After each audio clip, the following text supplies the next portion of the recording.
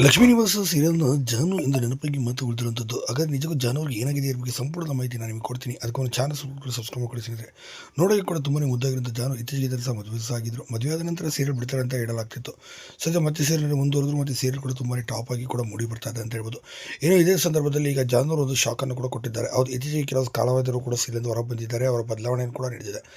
ಇದೇ ಸಂದರ್ಭದಲ್ಲಿ ಈಗ ಜಾನು ಅವರು ಕೂಡ ತಮಗೆ ಸಿನಿಮಾದಲ್ಲಿ ಒಂದು ದೊಡ್ಡ ಸಿನಿಮಾದ ಅವಕಾಶ ಸಿಕ್ಕಿರುವಂಥದ್ದು ಕೂಡ ಖ್ಯಾತ ನಾಯಕನೊಂದಿಗೆ ತಂಗಿಯ ಪಾತ್ರದಲ್ಲಿ ಅಭಿನಯಿಸುವಂಥ ಹಾಗೂ ಪ್ರಮುಖವಾದ ಪಾತ್ರವನ್ನು ಸಿಕ್ಕಿರೋದ್ರಿಂದ ನನಗೆ ಬೆಳ್ಳಿತೆರೆ ತುಂಬಾ ದಿನ ಮಿಂಚಬೇಕು ಅನ್ನೋ ಆಸೆ ಕೂಡ ಇತ್ತು. ಅದು ಈಗ ಈಡೇರಿದೆ. ಹಾಗಾಗಿ ನಾನು ಸಿನಿಮಾಗೆ ಹೋಗ್ತಾ ಇದ್ದೀನಿ. ನನ್ನ ಪಾತ್ರವನ್ನು ಯಾರೇ ಮಾಡೋದಿರಲಿ ಅವರ ಮೇಲೆ ನಿಮ್ಮ ಇದೇ ಪ್ರೀತಿಯನ್ನು ಕೊಡಬೇಕು ಅಂತ ನಾನು ನಿಮ್ಮಲ್ಲಿ ಕೇಳ್ಕೊಳ್ತೇನೆ ಅಂತ ಕೂಡ ಜಾನು ಅವರು ತುಂಬಾ ಭಾವನಾತ್ಮಕವಾಗಿ ಹೇಳಿದ್ದಾರೆ. ಹಾಗೆ ಈ ಸೀರಿಯಲ್ ನನಗೆ ದೊಡ್ಡ ಮಟ್ಟಿಗೆ ಹೆಸರು ಕೂಡ ತಂದು ಕೊಡ್ತು. ಬಿಗ್ ಬಾಸ್ ಆದ ನಂತರ ನನಗೆ ಅತಿ ದೊಡ್ಡ ಮಟ್ಟಿಗೆ ಹೆಸರು ತಂದು ಕೊಟ್ಟಿದ್ದೆ ಈ ಲಕ್ಷ್ಮೀ ನಿವಾಸ ಸೀರಿಯಲ್.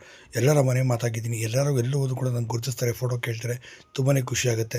ಹಾಗಾಗಿ ನಾನು ಬೆಳ್ಳಿತೆರೆಗಳು ಕೂಡ ಹೋಗಬೇಕು ಅನ್ನೋ ತುಂಬಾ ದಿನ ಆದ ಆಸೆ ಇದೆ. ಹಾಗಾಗಿ ಜಾನು ಅವರು, ಚಂದನ ಅವರು ಈ ಸೀರಿಯಲ್‌ನಿಂದ ನೆನಪು